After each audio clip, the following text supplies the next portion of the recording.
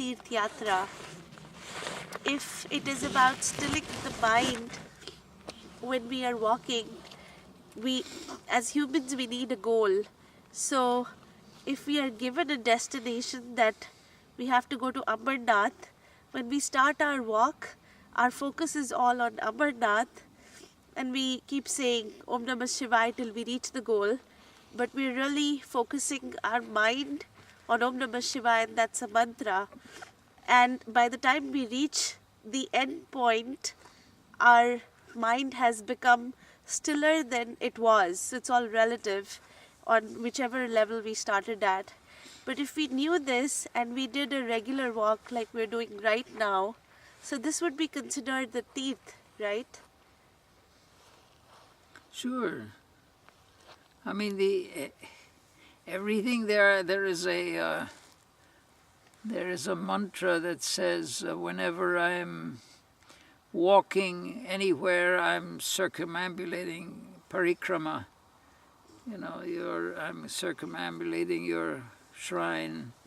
When I sleep, it is like samadhi or meditation, or I mean anything. Of course, it's not really, but I mean just to emphasize that every action should be done as though it were done in that divine context. That is true. So all these, I mean, this is what one should aim to do. I mean, imagine this: if you really were able to see God, this would be just, your mind would be on that all the time, and whatever you were doing, part of your mind would be thinking about that.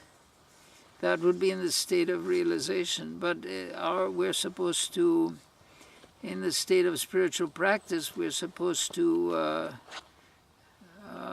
do the same thing, not as a realization, but as a practice. So if in realization God is seen everywhere, no matter where I look, I see the presence of God. Sri Ramakrishna saw God present in the grass, in the trees. That's his realization. He didn't have to figure it out or imagine it or practice it. It just was what he saw. But that for us becomes a spiritual practice. Okay, let us see if we can do that. What is this? Is there something else here? I can't accept the fact that the physical reality and the psychological reality are the only things here. There must be this, I'm told, that there is a spiritual consciousness here also. There's a spiritual reality. So I try to see that everywhere. And by trying to see it, you actually slowly, if it's really there, you begin to feel its influence and its presence. If it wasn't there, if it's all imagination, you won't feel anything. But the idea is, little by little, at least there should be a sense that you're progressing in that direction. So if a person is going to a Tirth Yatra and he's with a group of friends, and if he's gossiping throughout the way, it would defeat the whole purpose of Tirth, right? Yes, I went to, when I was in Chennai, I took a bus to that famous temple, Tirupati, yes, in Andhra Pradesh. They had a wonderful bus ride from Chennai, and at 6 o'clock in the morning we left, and there were a number of people there were waiting there at the bus stop, and so we all got on this bus and we went up to Tirupati, and then we didn't have to climb the stairs from Tirupati to Tirumala, but the bus went right on up. But I was astounded that all through the trip, nobody said anything of any spiritual nature at all. There was no chanting of God's name, nothing. They were reading newspapers and looking at the scenery and all that. And I thought, well, this is very strange. There should be some, significance to this thing other than a bus ride. And so just as we were approaching the temple, the bus was just very close. people began singing God's name and this and that. So I said, "Oh, all right, at least we've started now." And then, of course, we went through the temple, and that was a different experience. But yeah, this is everything should be treated as a pilgrimage. Whatever I do should be treated as a pilgrimage. And then this, to get the most out of an actual pilgrimage, certainly to try to get your mind ready. Because if there is, the theory is that in places of pilgrimage there's an enhanced presence of God there. Because people have, for untold decades, people have gone there and have meditated and have tried to see divine reality, have experienced maybe even divine presence or some spiritual experience.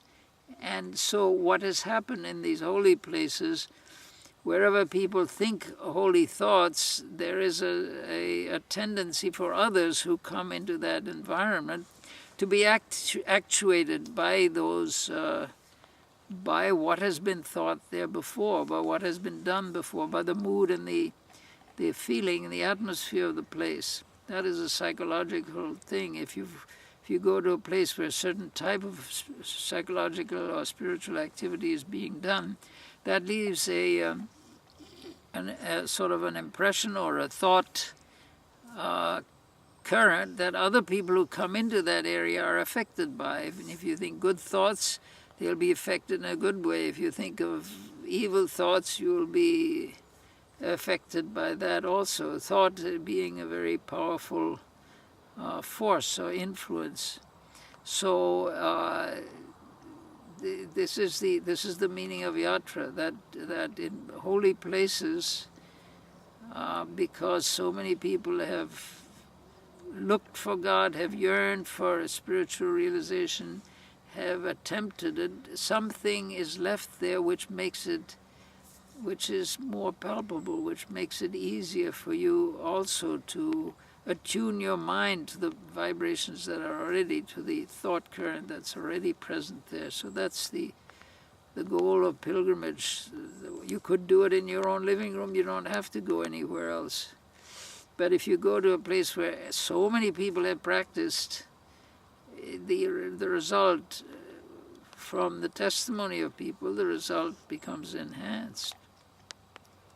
So if one were to be truly aware, if his awareness was there, then he would be able to experience more than in other places. Well, that's the theory. It's for us to try it out and see how well it works. And but generally, it has been corroborated. You can't publish a paper on how many times it has been corroborated and with what the average rate of success is, and with a standard deviation. You can't put it in mathematical terms, but so many people have gone to such places and gotten a beneficial result. And it is found, if you go to a place where people are all engaged in one type of activity, you yourself tend to be influenced by that. And that's the thought power? That's the power of thought, yes. We don't really know what to call it. Yeah. But there is an influence there, that something is built up.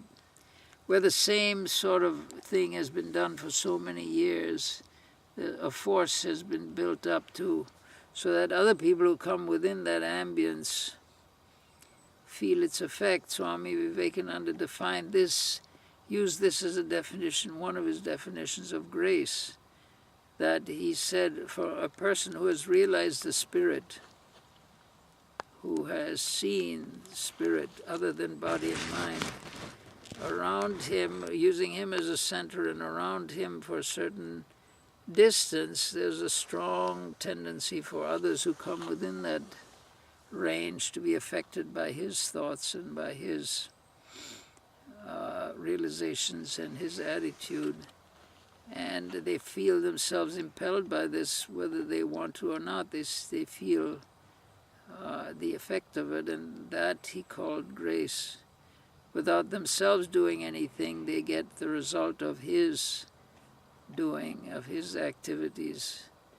Because thought goes out from us and to everyone. We know our thoughts have effect on others.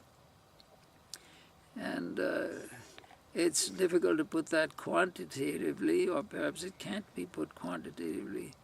But there is an effect there, and I think we can verify that. And so this is just a special example in an enhanced way of that effect.